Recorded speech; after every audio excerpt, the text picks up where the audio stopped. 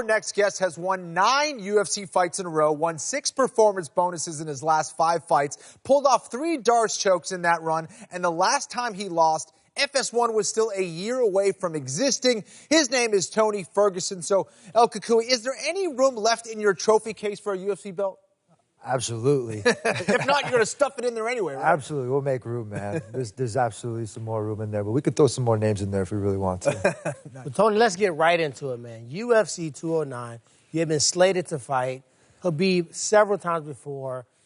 What's your emotions like after the UFC 209? After it sunk in a little bit, because the first time I was more worried about, like, if he's hurt, kind of worried about his, just health.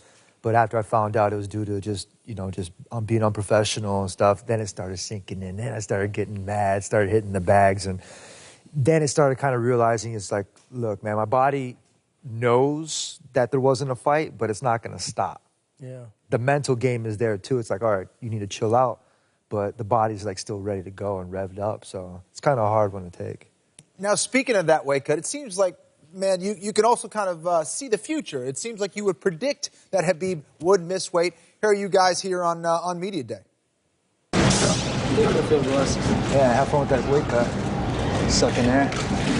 Conditioning sucks. I always want to ask you about that woo. Yeah.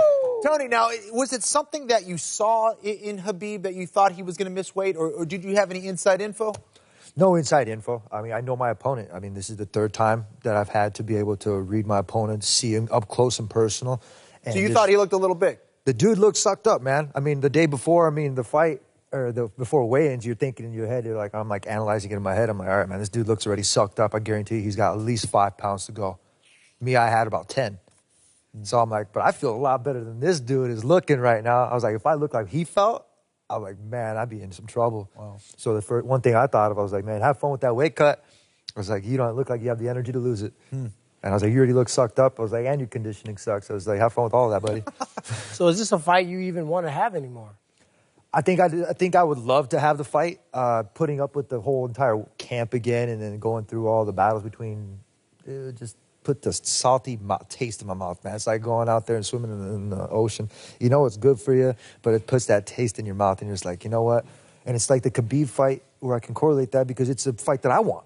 Yeah. I want this fight. The fans want this fight. You know what I mean? And it's something where I wouldn't mind training again for it. There would have to be some assurances for it because, I mean, I love getting my hands wrapped. I love having that feeling of being able to sling on that leather, that new smell that you get. You walking outside into the cage, into the arena where you're seeing thousands of fans going, going crazy. Or they're booing, doesn't matter, whatever it is. Yeah. But the fact is of putting on that leather and going in there and slinging it, yeah, especially against Khabib, I would love to.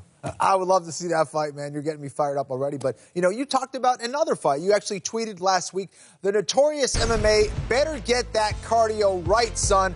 Can't run forever. Hashtag defend or vacate.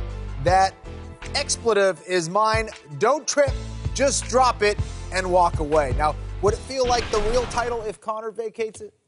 Nah, it doesn't really matter. I mean, it depends on where your heart is, where his heart is at. I mean, I want to fight somebody that wants to fight. I don't want to fight somebody that's forced to fight. I want to fight a top contender. I'm one of the best fighters that are out there in the world as far as lightweight contention.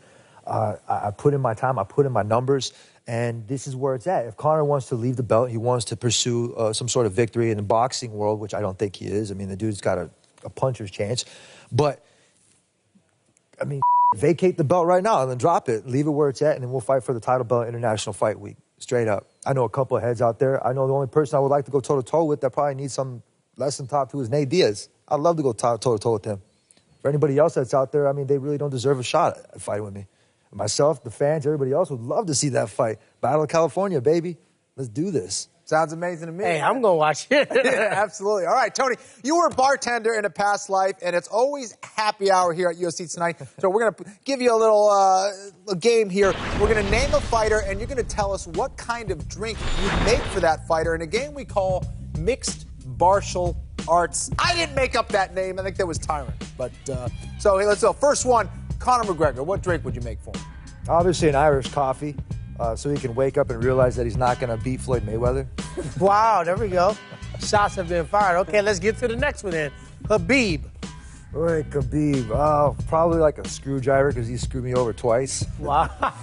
Damn, dude. All right, you mentioned this guy, Nate Diaz. What drink would you make him? Oh, that dude's from the hood, man. I don't think he drinks mixed drinks. But if anything, maybe like a Colt 45 or a Cobra with a slide of some stuff. All right, what about our guy, Daniel Cormier? DC. Ooh. He needs like a skinny margarita or something like that because he's heavy as I thought you were going to give him some heavy like a Guinness. like a light beer. Wait, we keep getting lighter. Keep getting lighter. All right, last and final drink. What drink are you preparing for yourself after you just won the UFC world title and you're celebrating? What's the first drink you're going to make yourself? For myself? Well, I'll be having my Corona and my tequila shot, which would be good. But afterwards, it'll be a sex on the beach, baby. Boom, boom.